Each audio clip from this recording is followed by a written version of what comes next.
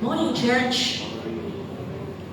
Time passes really fast, and today is the second Sunday for the month of December. And when we come to December, we can feel the Christmas atmosphere in the air. And we can see shopping malls put up beautiful decorations and shops offering sales for just to be part of this celebration, this festivals.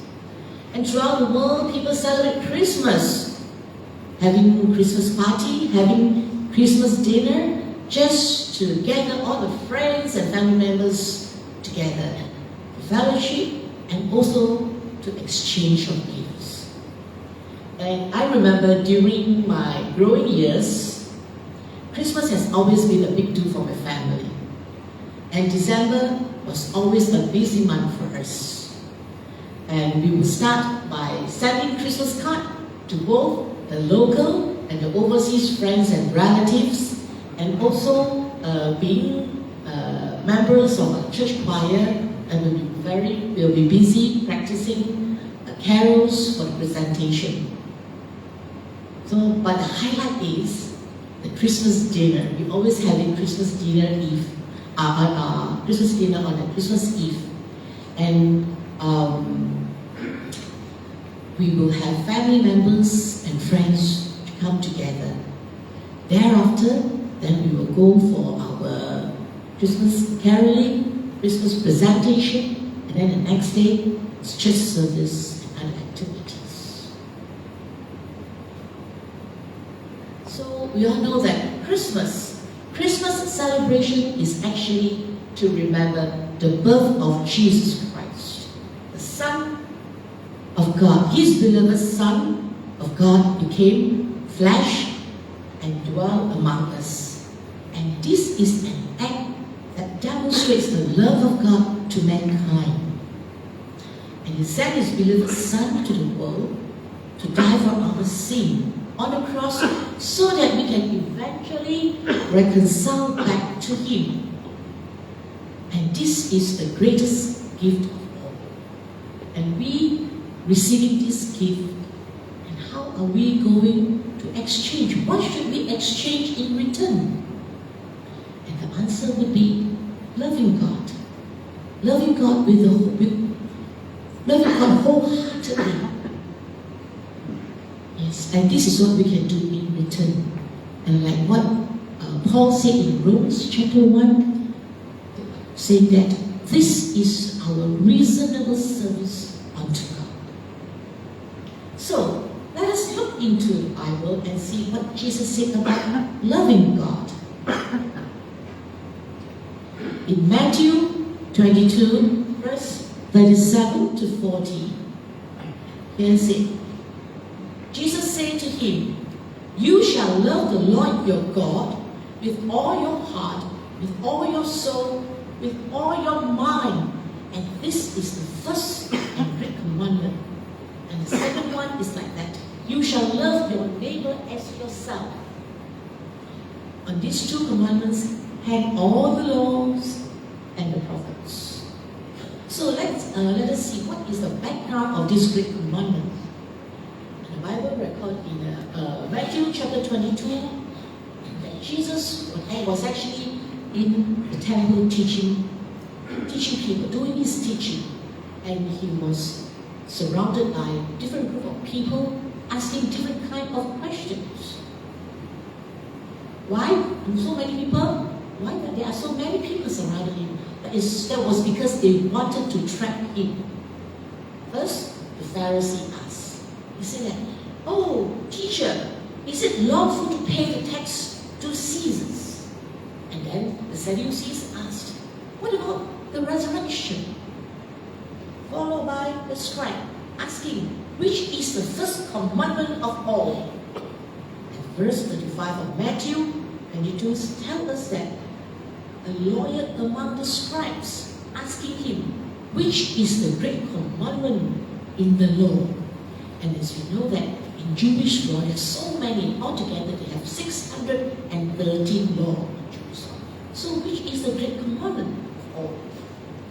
And Jesus replied, You shall love the Lord your God with all your heart, with all your soul, with all your might. And then of course, what about the second one? It's like, you shall love your neighbor as yourself. And this great commandment actually comes from Deuteronomy chapter 6 verse 5. That is when Moses gave instruction to the second and the third generations of Exodus before they went into this promised land to possess and conquer this promised land. Deuteronomy 6:5 says that you shall love the Lord your God with all your heart, with all your might, and with all your strength. And these words which I command you today shall be in your heart. Excuse me. Jesus wanted the Israelites to walk in obedience, and when they went into to conquer and to possess this promised land, the actual time needed for the Israelites to cross the desert from Egypt to Canaan land was only 11 days by foot. But they took 40 years. 40 years. Why?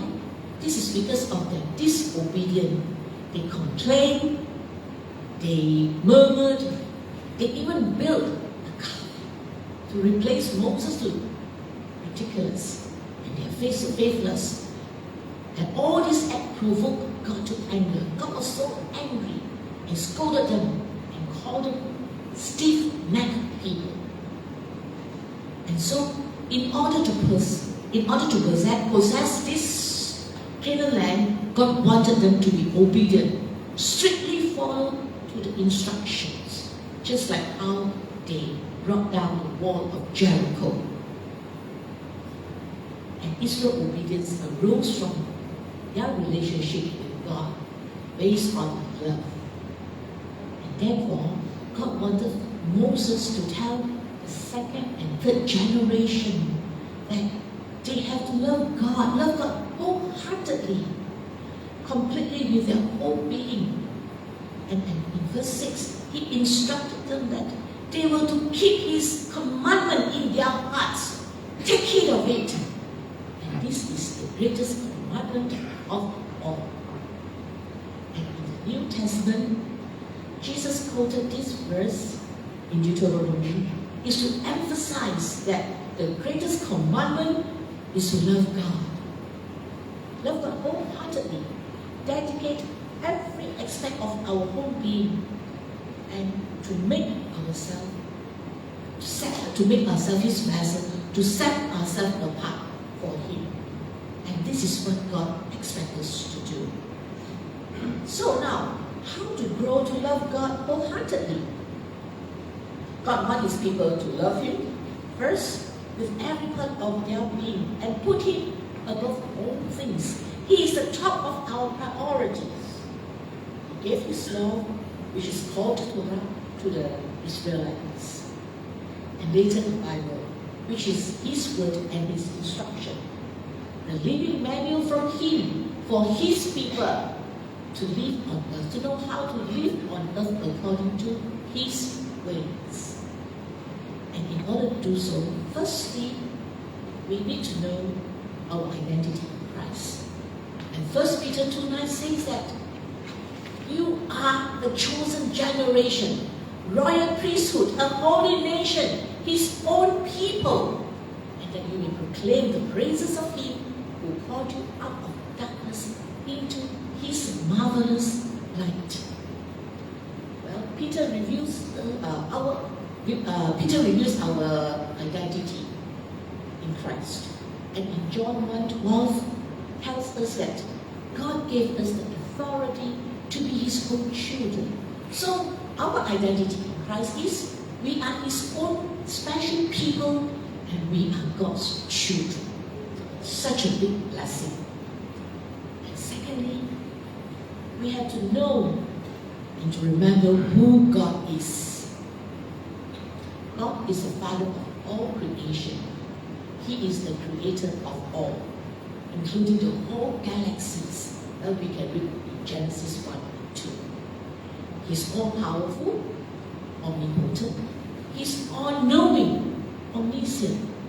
He's omnipresence. Presence everywhere, all the time. Above all, He's our God.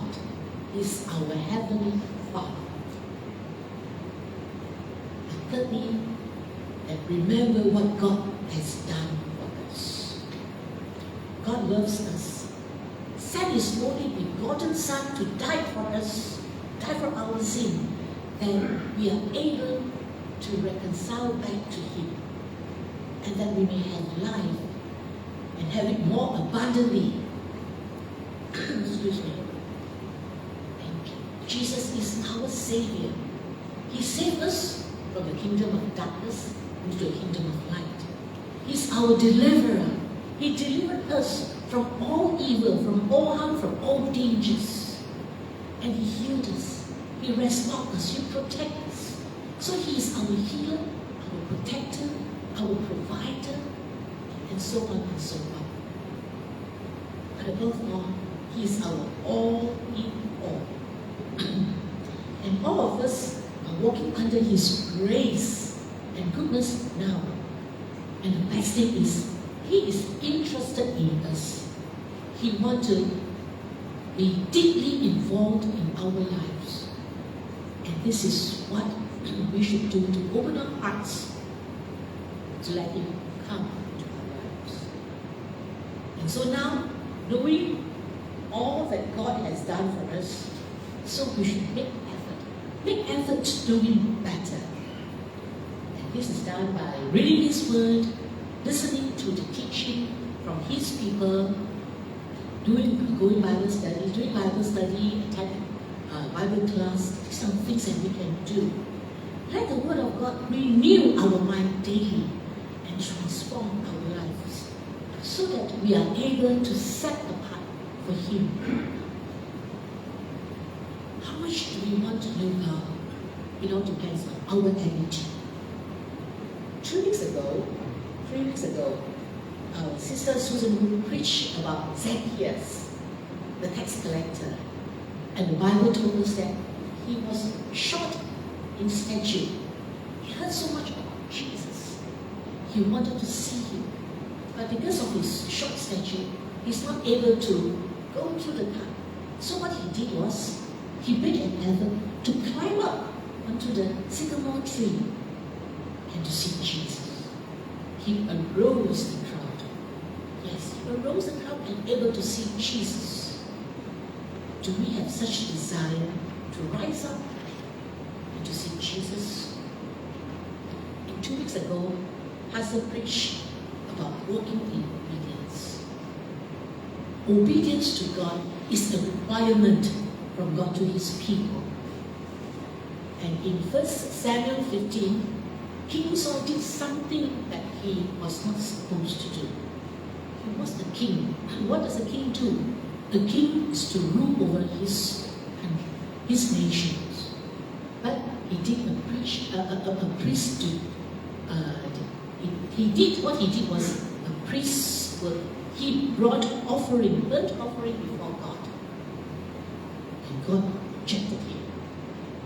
Then later, Samuel told him that obedience is better than sacrifice.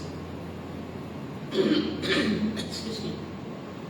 It is when we are obedient to God, we can walk under His protection and walk under His blessings. And many a times, we use our own knowledge, our own understanding, our own mind to resolve things, to make decisions, to plan things without consulting God. It's very common. We use our logical mind. We have a mind to think. We always tell them we have a mind to think. But do we consult God? And because of that, many a times we landed up ourselves with problems, with difficulties, and sometimes even danger.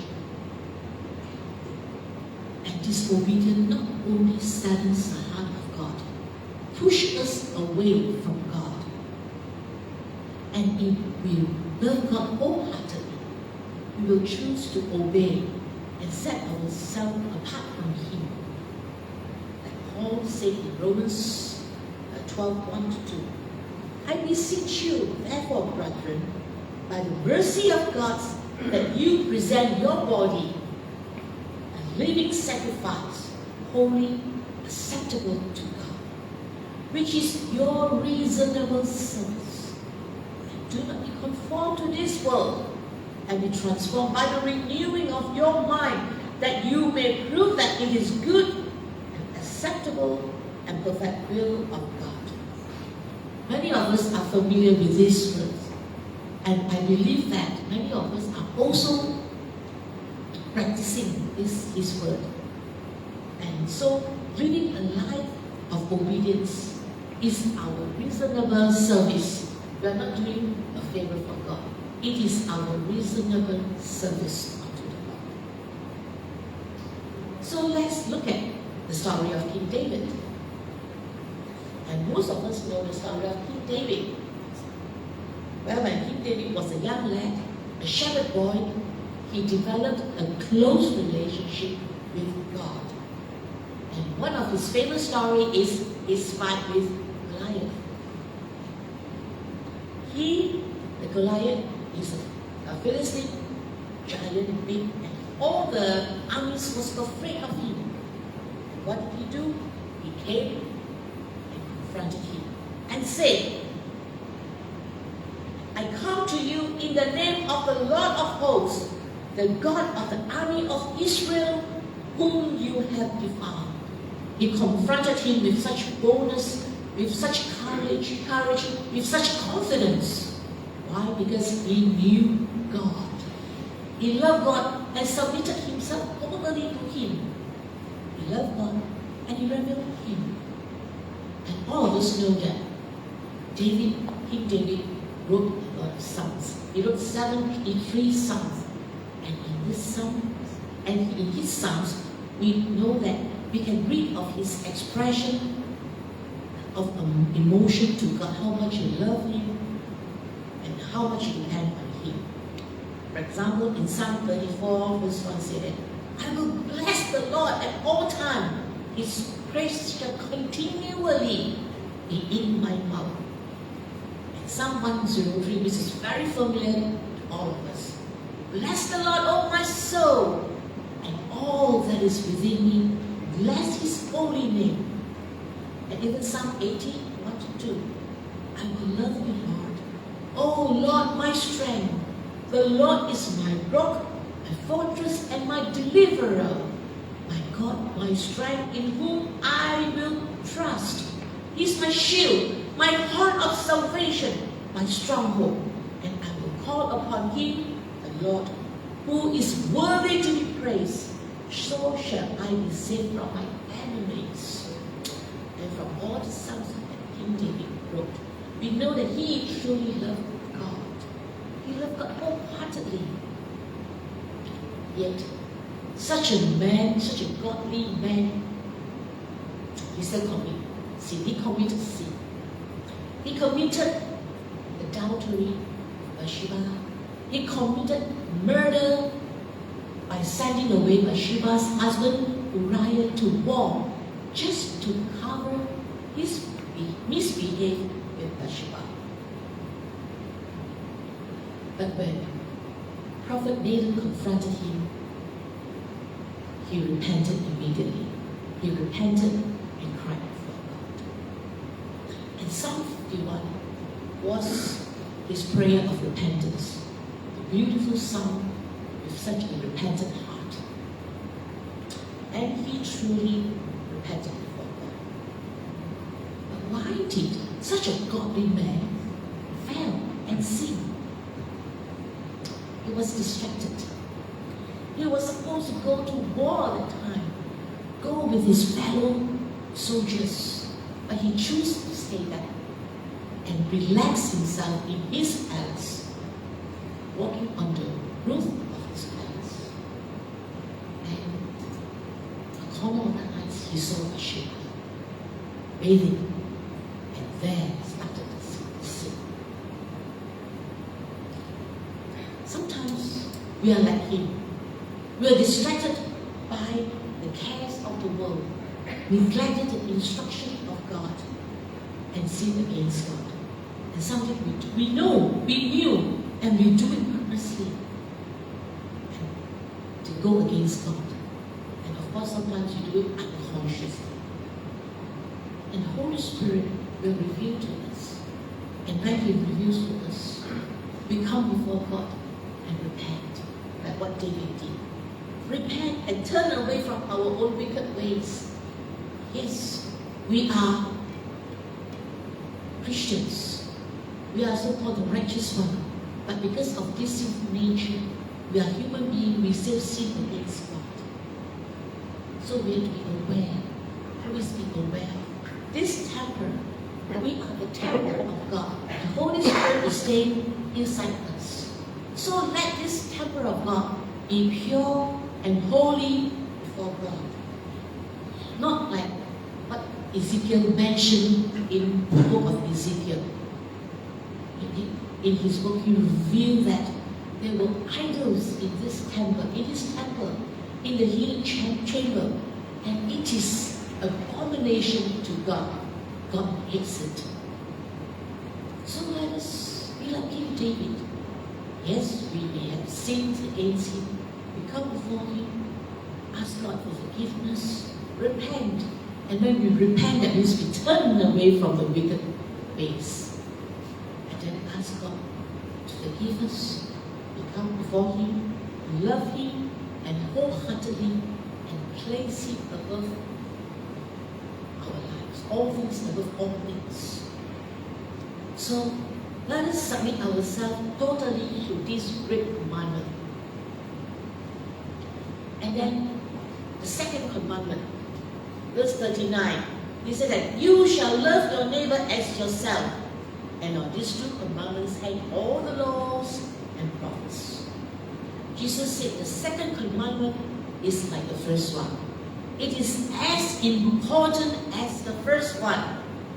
We have to love God first, and then only be able to love ourselves inwardly.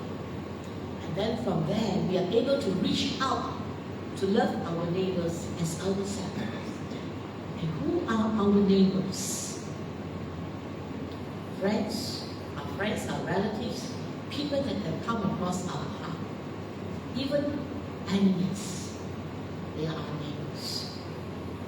So, are we able to love them? Can we able to love the unlovable ones?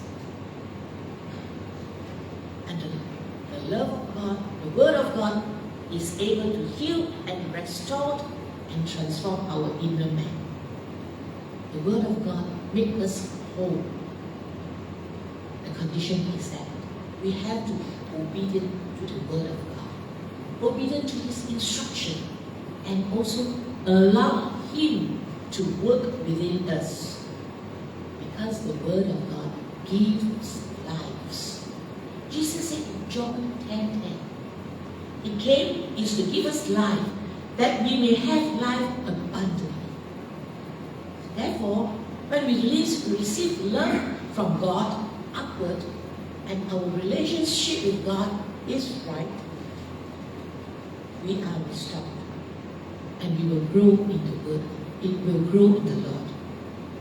And when we are restored, we are able to build others and love our neighbors in the Lord.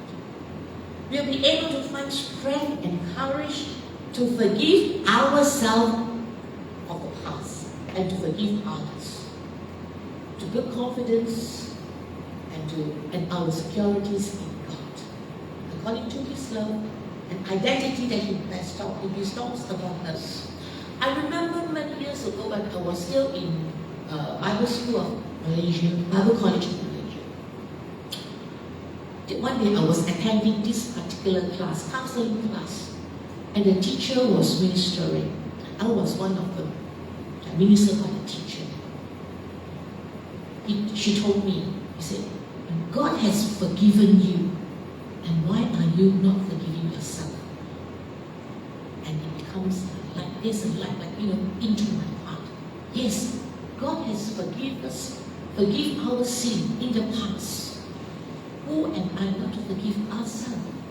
There is no condemnation in Christ. Always remember that. And Jesus said in John 15, all of us, we are very familiar with all these Bible verses. Abide in me, and I in you. As a branch cannot bear fruits of itself, unless it abides in the vine. Neither can you unless you abide in me. I am the vine, you are the branches. He who abides in me and I in him bear much fruit, for without me you can do nothing. So, we in Christ and Christ in us, we are one. If you ever thought of that, we are one. And because of that, we are able to bear fruits, able to love each other in Christ. Jesus gave us a new commandment to love one another in John 13. The new commandment that I give to you, that you love one another as I love to you, that you also love one another. And by this, all men will know that you are my disciples, and if you have loved one another. People will know that we are his disciples. People will know that we are Christians. Christians, they are different. They should be different. Because Christians, our lives always revolves around love. We receive love from God, and love into our inner being. We are being restored to our love, and this love flows through outwardly for us to love others. So we are able to love God is because God has loved us first. And these two great commandments sum up all the commandments and instruction in the Bible. Loving God makes us whole and secure, especially in the current world, such chaotic world, wars everywhere, with all the chaotic climate, different crazy climate now, is attacking the world. So where are the peace? Where can we find peace? Except in God. Yes. And in Christ, loving God meets all our spiritual, emotional, physical, and even mental needs that help us to flow our love to others as we love ourselves. We have to love ourselves. And we are able because God has first loved us. And because of that, we'll be able to think of others. We'll be able to stand on other people's shoes, to see things at their end, and we'll be more considerate, more generous, kind to one another. And we'll be able to speak words of encouragement to build others up, to build each other. And yes, we are created to love God with our heart, our soul, our mind and strength. So let us focus on God and place Him top priority in our lives. Especially, many of us are in senior age. So let us end well, focus on God. So in conclusion,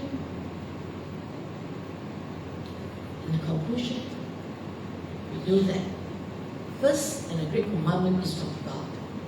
Matthew 22:37-40, Jesus said that you shall love your God with all your heart, all your soul, and all your mind.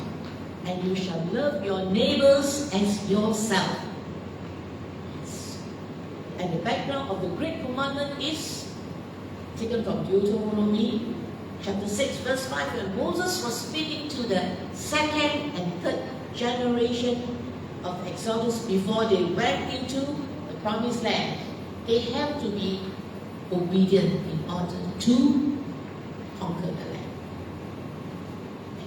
And therefore God wanted the Israelites to walk in obedience. And He instructed them to keep His commandment in their heart. And how to love God wholeheartedly? First, we must know our identity in Christ. We are His own special people. We are His children. And then we have to know who God is. God is the creator of all.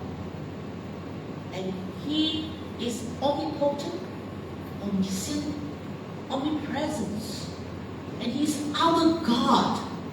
And He's our Father, Heavenly Father.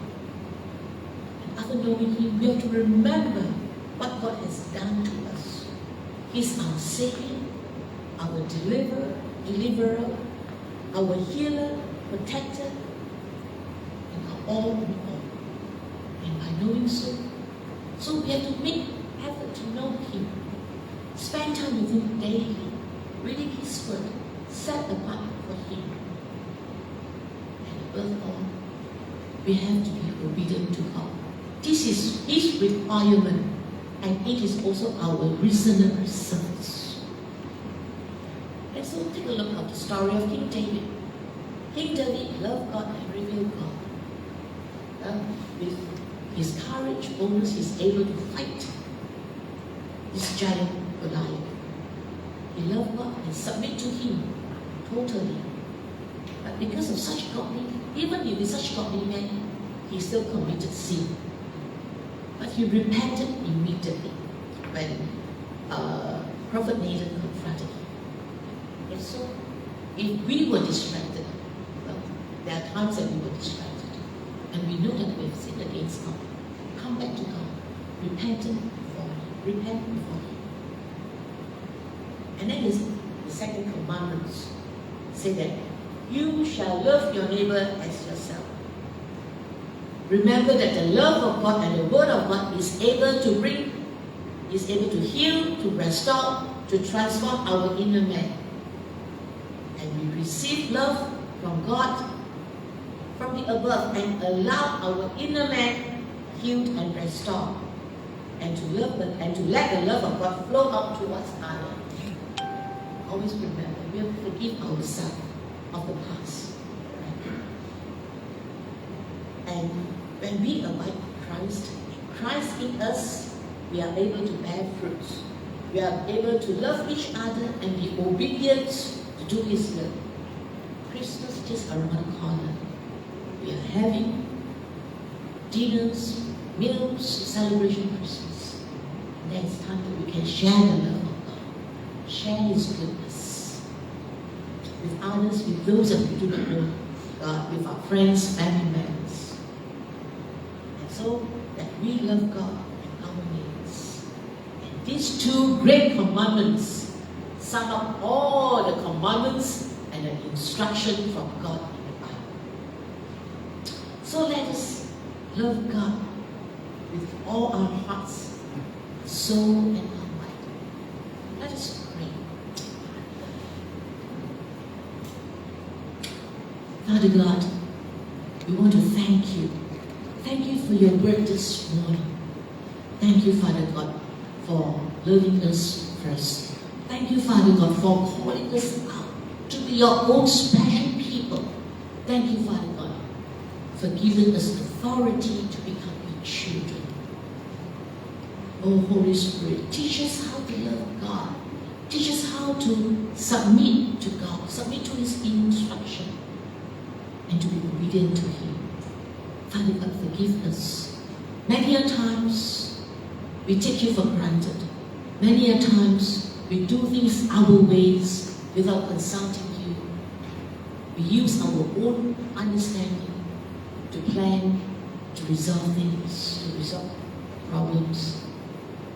Father God, forgive us the times that we have sinned against You.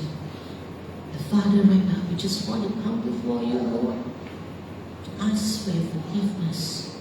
Forgive us and help us to turn away from our own wicked ways. I've come before You to love You, to honor You. And Father, let us have such desire. Let our desire, let Your desire be our desire. And help us to live a life that is glorify your name. Bring glory to your name. Let us be your testimony. Yes, bring your goodness to all people that's around us. Thank you, Father God, for loving us. We ask all this in the precious name of Jesus. Amen.